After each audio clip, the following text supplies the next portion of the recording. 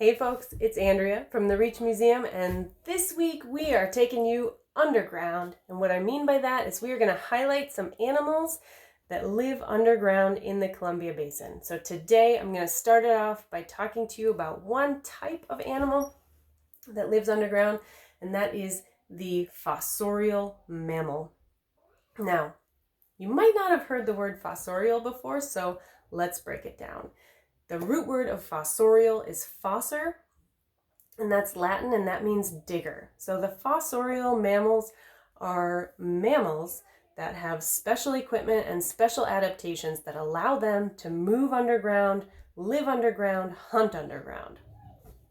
All right, so some examples of fossorial mammals in the Columbia Basin are ground squirrels, marmots, and American badgers.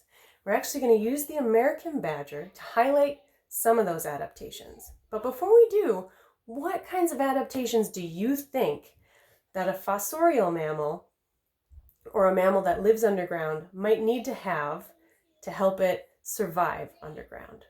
Take a second to think of one or two. Did you think of something? All right, I'm going to show you two adaptations that the badger has to help it survive underground and live and hunt underground. So the first one I'm going to show you is the foot.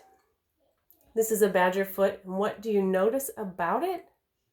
It's those long claws. These long claws, they help the badger dig underground. And these are only on the front foot. So if you look at the back foot of a badger, you'll notice that it doesn't have the same long claws, only on the front foot. Okay, one adaptation, long claws on the front feet to help it move underground.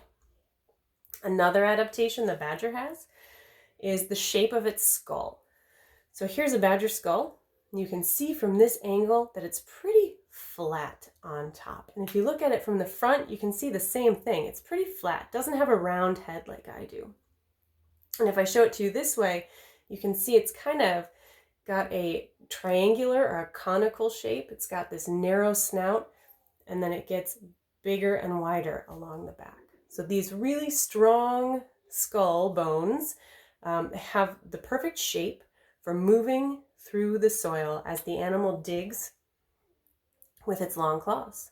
So two adaptations to help this animal move underground: long claws for digging and a flat skull for moving through the soil. Now, animals in the Columbia Basin, these fossorial mammals, they are really important because they dig holes, which means they aerate the soil, they cycle the nutrients, and they even provide homes for other animals like this burrowing owl here. And we'll talk more about that later this week. But there are animals that don't dig their own homes, but they also want to live underground. And so they might use a badger's burrow or another fossorial animal's burrow to live underground. And you can see this is the shrub steppe ecosystem behind me. There's a badger over here. I don't know if you can see it, but they're really important to the ecosystem. You might hear them called nuisance by people who have farms and orchards, but in their native ecosystem in the shrub steppe, they're really important. So, fossorial mammals, well adapted to living underground.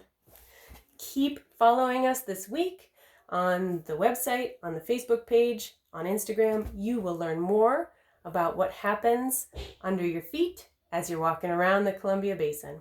All right, thanks everyone. Stay safe.